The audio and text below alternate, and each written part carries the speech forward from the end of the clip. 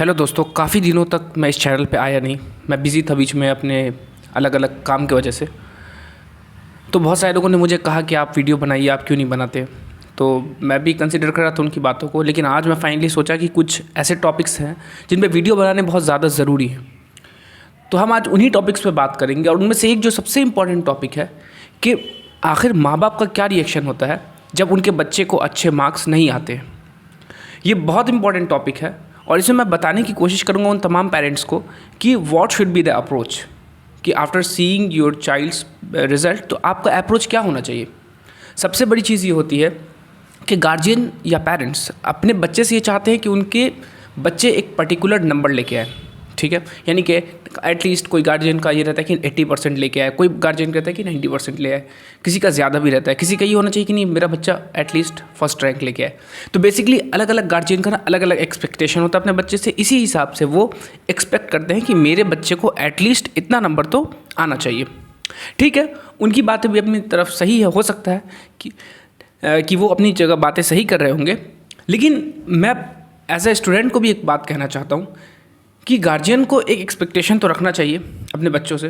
वो इतना खर्च करते हैं तो एक्सपेक्टेशन तो होनी चाहिए, बट जो सबसे इम्पॉर्टेंट चीज़ है वो ये नहीं है कि वो बच्चा कितना पर्टिकुलर मार्क्स लेके आ रहा है, बट सबसे इम्पॉर्टेंट चीज़ पता है क्या है कि वो बच्चा अपने स्टडी पे कितना टाइम दे रहा है।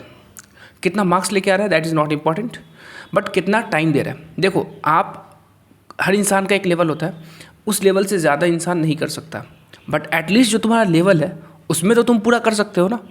यही मेरा कहना है कि तुम 90% किसी को ला के नहीं दे सकते। अगर तुम्हारे अंदर कुछ भी हो सकती है, कोई भी प्रॉब्लम हो सकती है, तुम 90% ला के नहीं दे सकते, लेकिन एटलीस्ट तुम 4 घंटा पढ़ाई करके तो दे सकते हो ना पर डे। ये सबसे इंपॉर्टेंट है। स्टूडेंट को ये सोचना चाहिए कि मैं एटलीस्ट अपने एंड से मैक्सिमम कितना दे सकता हूँ। 100% तो कोई भी नहीं दे सकता, बट मैक्सिमम मैं कितना दे सकता हूँ। तो बात तो ये हो गई। अभी हम बेसिक बात की कि क्या करना चाहिए, ठीक है, क्या नहीं करना चाहिए। कि मार्क्स का अनएक्सपेक्टेड होता है वो आप नहीं कर सकते, ठीक है, क्योंकि अलग अलग क्वेश्चंस होते हैं, बहुत कुछ होता है। आप मार्क्स नहीं कह सकते कि आप 80% लेके आओ, 90% लेके आओ, बट आप क्या कर सकते हैं कि हाँ आपको इतना पर्टिकुलर घंटा पढ़ना पड़ेगा अच्छे से, ठीक। लेकिन इसके बाद हम इफेक्टिवली पढ़ाई कैसे कर सकते हैं। जनरली क्या होता है ना कि स्टूडेंट उन सब्जेक्ट पर ज़्यादा फोकस करता है जो उनका पहले से ही अच्छा है। लेट सपोज कि करें कि स्टूडेंट का मैथ्स अच्छा है, वो मैथ्स पे ही फोकस करता है। बट प्रॉब्लम क्या है कि आज मैं इन पूरे के पूरे पढ़ाई को 5 हिस्से में डिवाइड करने वाला हूँ। 5 हिस्से में डिवाइड करना। सबसे पहले हम, अगर आपके बच्चे हैं, ये पेरेंट्स के लिए ही वीडियो है, जनरली बच्चे भी देख सकते हैं, कोई दिक्कत नहीं है। आप ना इनको 5 हिस्से में डिवाइड करिए। सबसे पहला जो हिस्सा आएगा वो है अटेंशन टुवर्ड स्टडी। सबसे पहला जो हिस्सा है वो अटेंशन टुवर्ड स्टडी।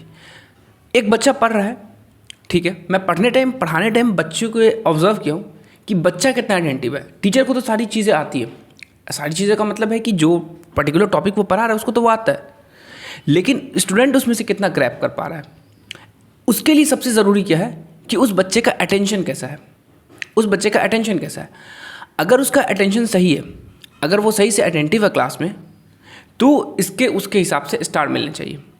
आप अपने स्कूल के टीचर से या अपने ट्यूटर से ये पूछिए कि बच्चा कितना अटेंटिव है, ठीक है। उस हिसाब से पहले उसको स्टार दीजिए, 1 star, 2 star, 3 star.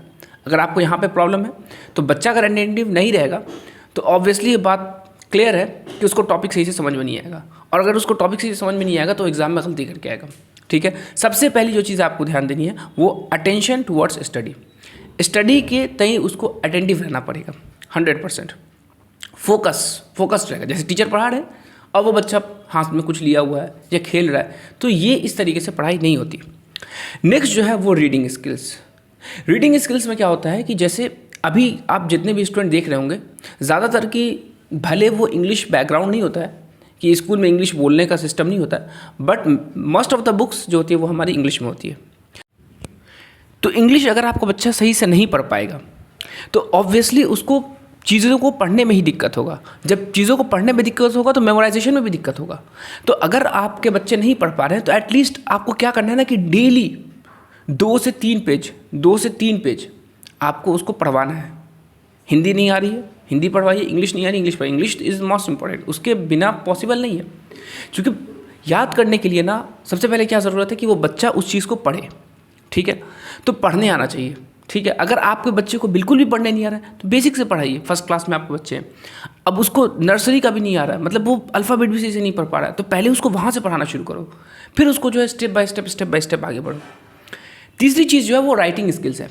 Writing skills क्या है कि कुछ बच्चे पढ़ लेते हैं बट उनके लिखने का जो है वो तरीका सही नहीं है।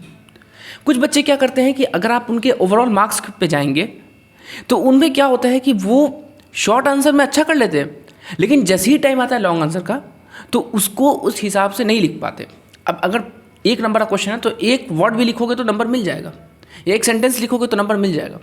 लेकिन अगर यही क्वेश्चन तुम्हारा 5 नंबर का है तो कम से कम तुम्हें 10 सेंटेंस या 8 सेंटेंस तो लिखना पड़ेगा। तो बच्चों को नॉलेज तो है लेकिन बच्चे का राइटिंग स्किल्स ख़राब है, बच्चा लिख नहीं पा रहा है। उसके पीछे क्या है? लैक ऑफ वोकैबुलरी हो सकता है, लैक ऑफ अंडरस्टैंडिंग हो सकता है, जिसको भी हम आगे थोड़ा डिस्कस करते हैं। तो लैक ऑफ अंडरस्टैंडिंग हो गया, या फिर वही है कि अटेंशन, अगर अटेंशन नहीं है क्लास की तरफ तो बच्चे एक पर्टिकुलर टॉपिक में कम समझेंगे। अब जब कम समझेंगे तो वो कम ही डिलीवर करके आएंगे एग्जाम में। तो ये भी एक जो है वो पॉइंट है कि जो राइटिंग स्किल्स है वो भी डिपेंड करती है। एक तो है कि आपके बच्चों को लिखने ही नहीं आ रहा है ना, ये एक पॉइंट है। दूसरा है कि वो कुछ सही से अटेंटिव ही नहीं है, तो उसने कुछ सुना ही नहीं तो लिखेगा कैसे। सब एक चीज़ एक डॉट दूसरे डॉट से कनेक्टेड है, आप समझने की कोशिश करिए इस चीज़ को। चौथी जो चीज़ है जो छोटे बच्चों के अंदर पाई जाती है वो है रिमेंबरिंग स्किल्स। अगर आपके बच्चे 5 या 6 के अंदर हैं तो विदाउट रिमेंबरिंग स्किल्स के आप अपने बच्चों का मार्क्स अच्छा नहीं करवा सकते, क्योंकि बेसिकली 50% जो होता है ना वो रिमेंबरिंग स्किल्स से आता है। रिमेंबरिंग स्किल से आता है, फिल इन द ब्लैंक्स है, ट्रू फॉल्स है, मैच द फॉलोइंग, ये कैसे करवाएंगे? रिमेंबरिंग स्किल्स से। अच्छा, मैं इसमें आपको एक टेक्निक भी बताऊंगा लास्ट में कि आखिर आप रिमेंबरिंग स्किल्स को राइटिंग स्किल्स से कैसे चेंज कर सकते हैं और ये कितना इफेक्टिव होता है। तो रिमेंबरिंग स्किल्स, अगर आपके बच्चे के अच्छे नंबर नहीं आ रहे और अगर वो छोटे क्लास में या बड़े क्लास में भी है तो कुछ चीज़ें तो रिमेंबर करनी पड़ती है। तो remembering skills is one of the important skills for the children who is under class 6। Okay, now जो आखिरी चीज़ है जो सबसे ज़्यादा इंपॉर्टेंट है वो है अंडरस्टैंडिंग स्किल्स। अंडरस्टैंडिंग स्किल्स के अंदर आपका बच्चा कितना अंडरस्टैंड कर पा रहा है, कितना समझ पा रहा है। ठीक है, वो अटेंशन भी दे रहा है, वो हर चीज़ दे रहा है, पर उसको बात समझ में नहीं आ रही। इसका रीज़न क्या है? इसका रीज़न है कि लैक ऑफ प्रीवियस नॉलेज। अगर मान लो कि मैं ज्योमेट्री पढ़ा रहा हूँ सपोज, और अगर उसको ज्योमेट्री का बेसिक नहीं पता है तो मैं कितना अच्छा पढ़ा के अगर चला जाऊँगा ना तो वो बच्चे को वो बात समझ में नहीं आएगी। क्यों? क्योंकि क्या है कि वो बैक की जो प्रीवियस की जो चीज़ है वो उसको नहीं पढ़ पा रहा है। ठीक है, तो अंडरस्टैंडिंग स्किल्स भी इंपॉर्टेंट है।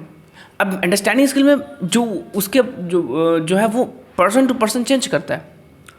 ये डिपेंड करता है कि जो एक बच्चा है, 2 या 3 या 10 बच्चे हैं जो गार्जियन एक दूसरे को कंपेयर करते हैं, आपको नहीं करना चाहिए, नहीं करना चाहिए। क्यों? क्योंकि हो सकता है कोई बहुत जल्दी एक बात को समझ लेता है, कोई नॉर्मली समझता है, किसी को टाइम लगता है। तो टीचर्स के डिपेंडेंट है, टीचर्स को इस पर मेहनत करना चाहिए कि टीचर क्या करते हैं कि उन बच्चों को फोकस करते हैं जो क्लास में अच्छे हैं। बट ये चीज़ें उल्टी है। क्यों? क्लास में जो बच्चे अच्छे नहीं हैं उन पे फोकस करो ना। अच्छे बच्चे तो हर हाल में पढ़ लेंगे, वो कहते हैं भाई ये पढ़ ले, तो पहले ही समझो कि जो आप जो पढ़ा रहे हैं वो समझ पा रहा है कि नहीं बच्चा। अंडरस्टैंडिंग स्किल्स जो है वो बहुत ज़्यादा इंपॉर्टेंट है। अच्छा, जो लास्ट चीज़ मैं बता रहा हूँ कि रिमेंबरिंग स्किल्स से आप राइटिंग स्किल से कैसे शिफ्ट कर सकते हैं। देखिए, जब भी आपके बच्चे का एग्ज़ाम होता है ना तो उस एग्ज़ाम के अंदर में क्या होता है कि बहुत सारे क्वेश्चंस आते हैं, बहुत सारे क्वेश्चंस आते हैं। एंड बहुत सारे क्वेश्चंस में क्या होता है कि बच्चों को ज़्यादातर याद करना होता है। आप क्या कर सकते हैं अगर आपका बच्चा याद करने में कमज़ोर है? मैं आपको ये पॉइंट बता देता हूँ कि जितने भी क्वेश्चंस आ रहे हैं, मान लो 5 चैप्टर आ रहे हैं, 5 चैप्टर का सारा 1 बाय 1 करके आप टेस्ट बना दो, सारा का सारा क्वेश्चन इंक्लूड कर दो उसमें। एंड उसकी काफ़ी सारी कॉपीज़ करवा लो, चाहे लिख लो चाहे टाइप कर लो, जो आपके लिए ईजी हो। एंड फिर क्या करो, उसमें से आप उसको 1 महीना पहले से कंटिन्यूसली उसको वो करवाते रहो। वो खुद ब खुद इन्हेंस हो जाएगा। जो चीज़ वो याद करेगा उस जब वो चीज़ को लिख लेगा। जैसे फिल इन द ब्लैंक्स, अगर वो 20 मरतबा करेगा या 25 मरतबा करेगा, छोटा छोटा तो कोई बहुत बड़ा बड़ा तो होता नहीं है, तो फिल इन द ब्लैंक्स वगैरह ईजिली याद हो जाएगा। रहा सवाल कि बड़े क्वेश्चंस का, वो मुश्किल होता है। छोटा question fill in the blanks लिख के भी याद किया जा सकता है। तो इस तरीके की कुछ टेक्निक अपनाएंगे। एंड जो आपको नहीं करना है वो ये कि एक पर्टिकुलर मार्क्स की तवक्का मत करिए, इसके जगह पे आप एक पर्टिकुलर टाइम स्टडी की तवक्का कीजिए। ये कहिए कि नहीं, मुझे 80% तो नहीं चाहिए, मुझे एक XYZ मार्क्स नहीं चाहिए, मुझे चाहिए कि आपको इतना घंटा पर्टिकुलर एक डे में पढ़ना है, ठीक है। इसके अलावा don't compare your children with another children, ये बिल्कुल गलत है। आपको नहीं पता कि कौन किस टाइप का है, बैकग्राउंड भी मैटर करता है। अगर आपके घर में डेली मेहमान आ रहे हैं, ऑब्वियसली आपके बच्चे अच्छा नहीं करेंगे। बहुत खुल के बोल रहा हूँ, जिनके घर में हर दिन मेहमान आते हैं ना, उनके बच्चे अच्छा नहीं कर सकते। तो पढ़ाई का अगर माहौल बनाया तो बनाओ अच्छे से, ठीक है। मेहमान आने चाहिए, बट फिर वो पढ़ाई में डिस्टर्ब नहीं होने चाहिए, इतना क्लियर रखोगे, ठीक है, हमें आपसे कोई दिक्कत नहीं है, बट पढ़ाई के टाइम पे सिर्फ पढ़ाई होगी। बट ऐसा नहीं होता, 90% में ऐसा नहीं होता। होते होगा, कुछ लोग करते होंगे, इन चीज़ों को ध्यान रखना ज़रूरी है। खैर, ये वीडियो थी हमारी, और इंशाल्लाह हम नेक्स्ट वीडियो में आपको किसी नेक्स्ट टॉपिक पर बताएंगे, और अब वीडियो हो सकता है रेगुलर आएंगे। तो मिलते हैं फिर किसी नेक्स्ट वीडियो में, तब तक के लिए अल्लाह हाफिज़, बाय बाय, थैंक यू।